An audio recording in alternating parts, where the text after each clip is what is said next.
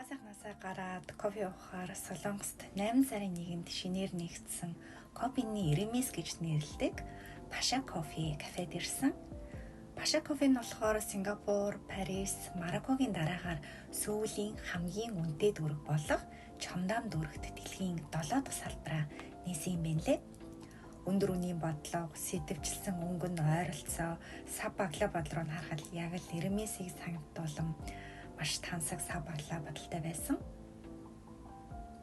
Паша кофеийн Мароккогийн алдартай кофений сэдвийг ашиглан 2019 онд Сингапурт байгуулагдсан кофений компани байна лээ. Тэгээд дэлгүүрийн гадна болон дотор тал нь яг л Марокког санагдуулан маш лакшери, тансаг интерьертэй байсан.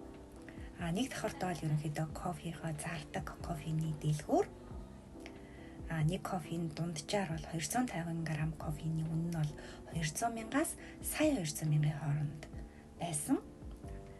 Харин хоёр давхартаа бол хөнгөн, хоол, зууш, кейк, кофегаа уух боломжтой кафе байдгийн байна лээ. Тэгээд кофений үнийн хувьд бол нэг кофег дэлгүүртээ одоо кафедаа уух юм бол 16,000, тейк аут буюу авч явах юм бол 11,000-аар зарагдаж байсан.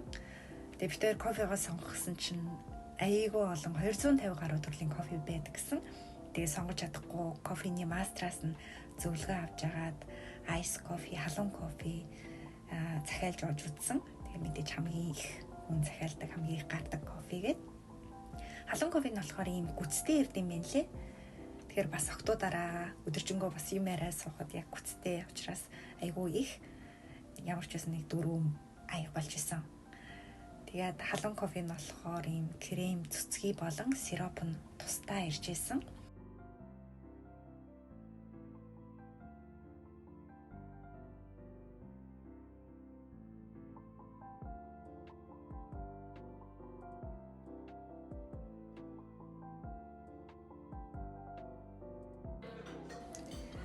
Тэр хоёлаа яг дангаар нь кофе ууж чадахгүйсэн болохоор кофенда кремийн хийгээд уусан чинь бас яг өмнө нь бол хизээч миний ууж үзэж байгаагүй амттай тийм кофе байсан.